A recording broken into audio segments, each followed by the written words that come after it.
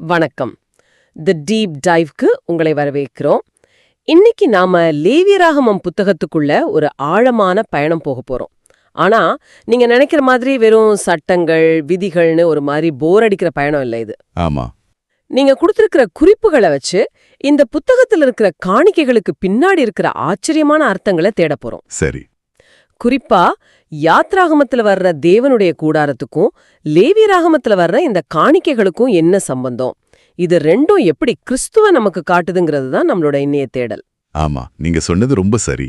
நிறைய பேர் யாத்ராகமத்தை ஒரு கதையாவும் லேவியராகமத்தை ஒரு சட்ட புத்தகமாவும் தனித்தனியா பாப்பாங்க. ஆமா, அது உண்மைதான். ஆனா யாத்ராகமம் எங்க முடியுதோ அங்கதான் லேவியராகமம் தொடங்குது. யாத்ராகமத்தின் இறுதியில தேவன் தங்குறதுக்கான கூடாரம் ரெடி ஆயிடுச்சு. ஆனா ஒரு பெரிய கேள்வி இருக்கு. அந்த கூடாரத்துக்குள்ள மனுஷன் எப்படி போவான்? சரி. அந்த கேள்விக்கான பதில் தான் லேவியராகமம். இந்த ரெண்டுக்கும் நடுவுல இருக்கிற பாலத்தை நாம புரிஞ்சுக்கிட்டாலே பல ஆச்சரியமான விஷயங்கள் நமக்கு புரிய ஆரம்பிக்கும். சரி, அப்ப அங்கிருந்து ஆரம்பிக்கலாம். உங்க குறிப்புகள்ல கூடாரம், காணிக்கைகள் இது ரெண்டுமே கிறிஸ்துவோட அடையாளங்கள் தான் ரொம்ப தெளிவா சொல்லிருக்கு. ஆமா. ஆனா எனக்கு ஒரு கேள்வி வருது. ரெண்டுமே கிறிஸ்துவ தான் குறிக்குதுன்னா அப்புறம் எதுக்கு ரெண்டு தனித்தனி சின்னங்கள்? இதுல ஏதாவது ஒரு ஆழமான காரணம் இருக்கா?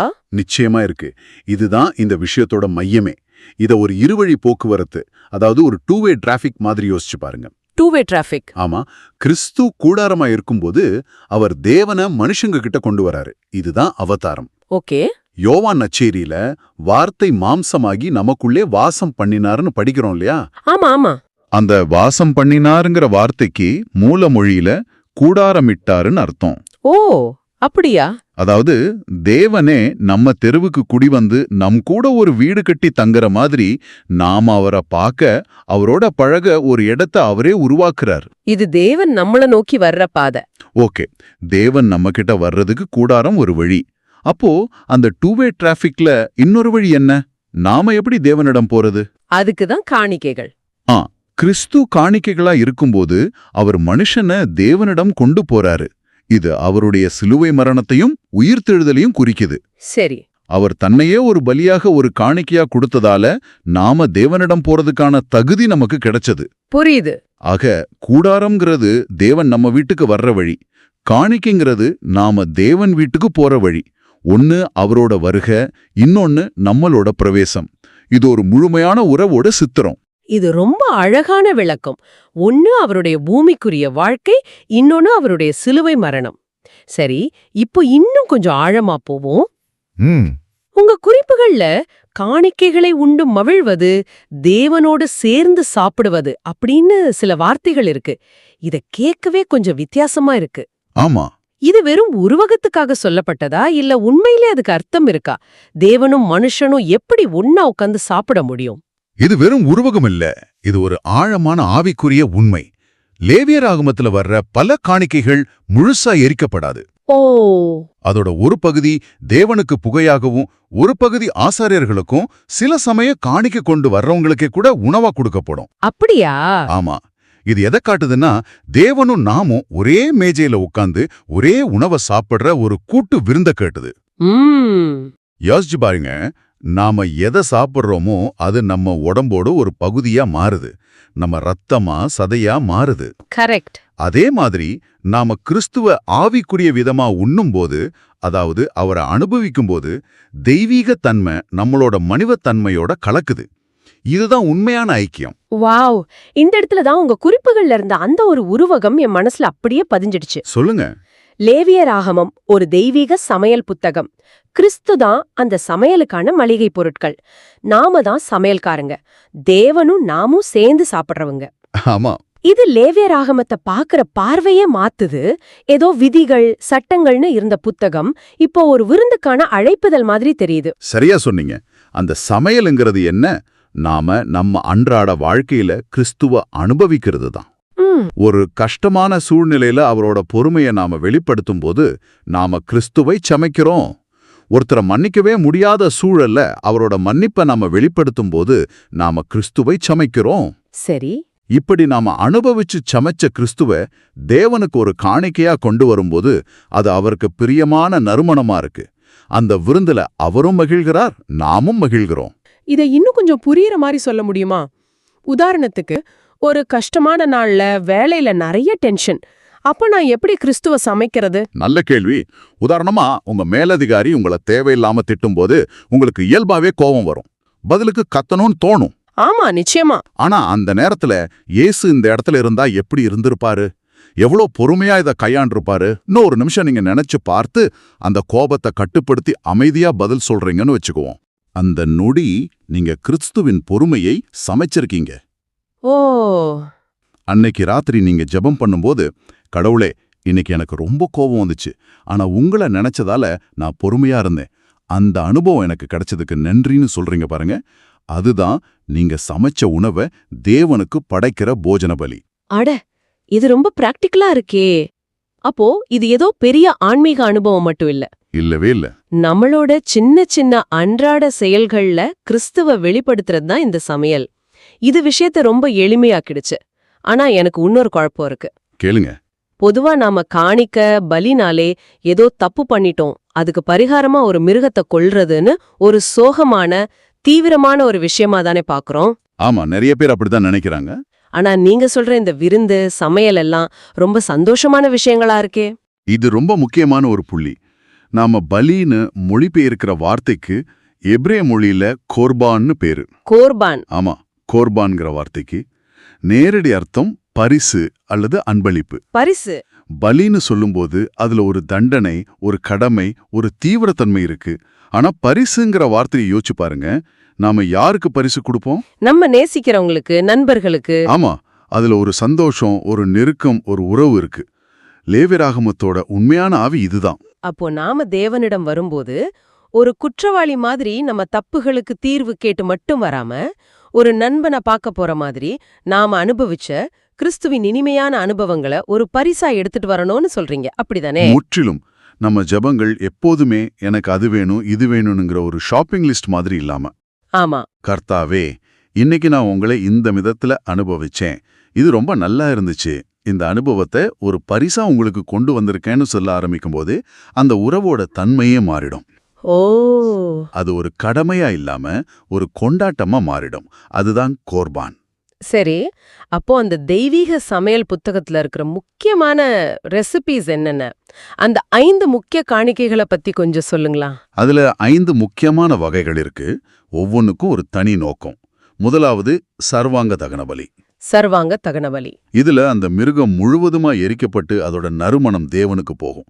இது கிறிஸ்து தன்னை முழுசா கொஞ்சம் கூட மிச்சம் வைக்காம தேவனை சந்தோஷப்படுத்த அர்ப்பணிச்சதை காட்டுது. ஓகே. ரெண்டாவது போஜன பலி.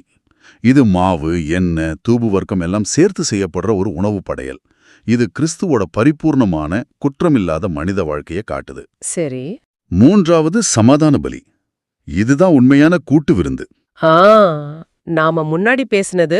ஆமா, இதுல தேவன், ஆசாரியர், காணிக்கை கொண்டு வர்றவர்னு எல்லாரும் சேர்ந்து சாப்பிடுவாங்க. இது தேவனோட நமக்கு இருக்கிற சமாதானத்தையும் ஐக்கியத்தையும் குறிக்குது. ஓகே.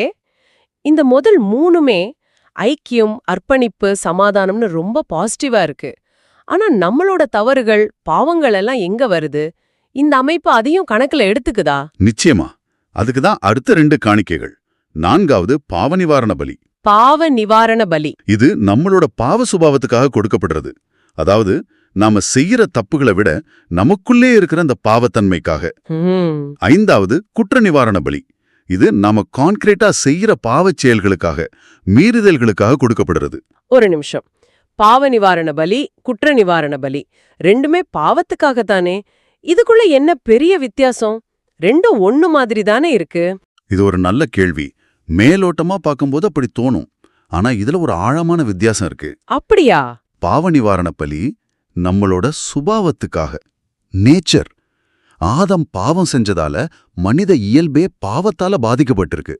அந்த பாதிக்கப்பட்ட சுபாவத்துக்காக கொடுக்கப்படுறது தான் பாவ நிவாரண பலி. ஓ, சரி.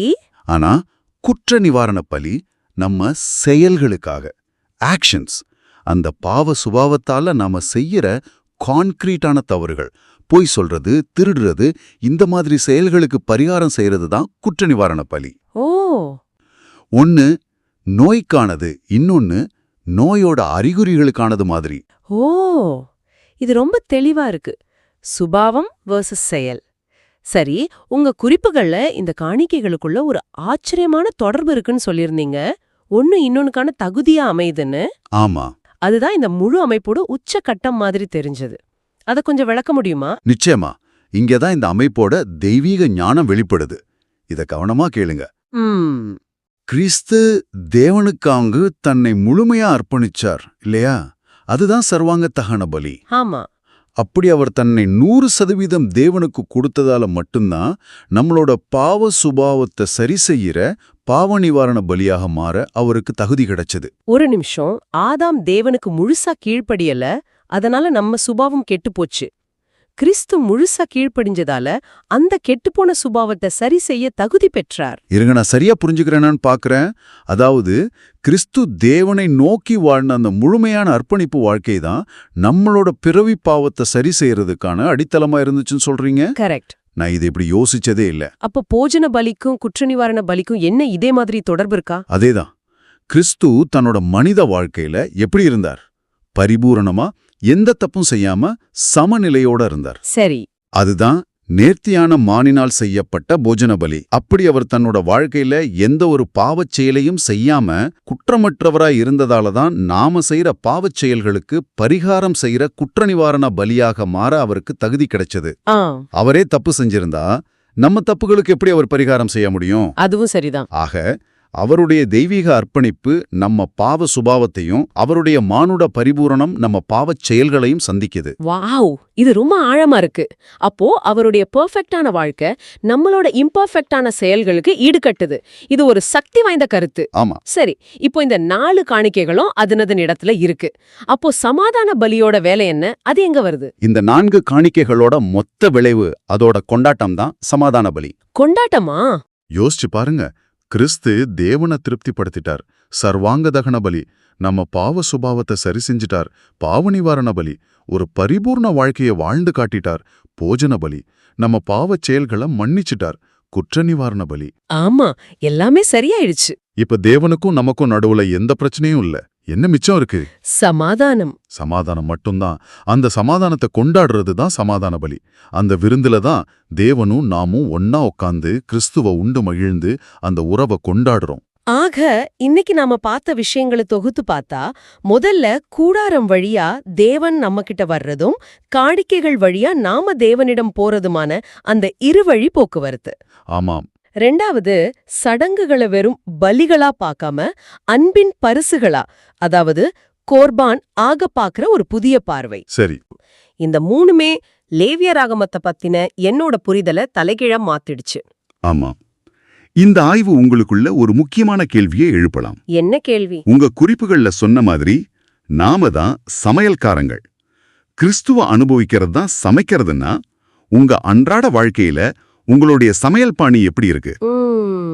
அது அவசரத்துல ஏனோதானோன்னு செய்யற ஒரு ஃபாஸ்ட் ஃபுட் மாதிரியா, இல்ல ஒவ்வொரு பொருளையும் ரசிச்சு அக்கறையோட அன்போட சமைச்சு தேவனுக்கு படைக்கிற ஒரு நேர்த்தியான விருந்து மாதிரியா? இதை நீங்க சிந்திச்சு பார்க்கலாம்.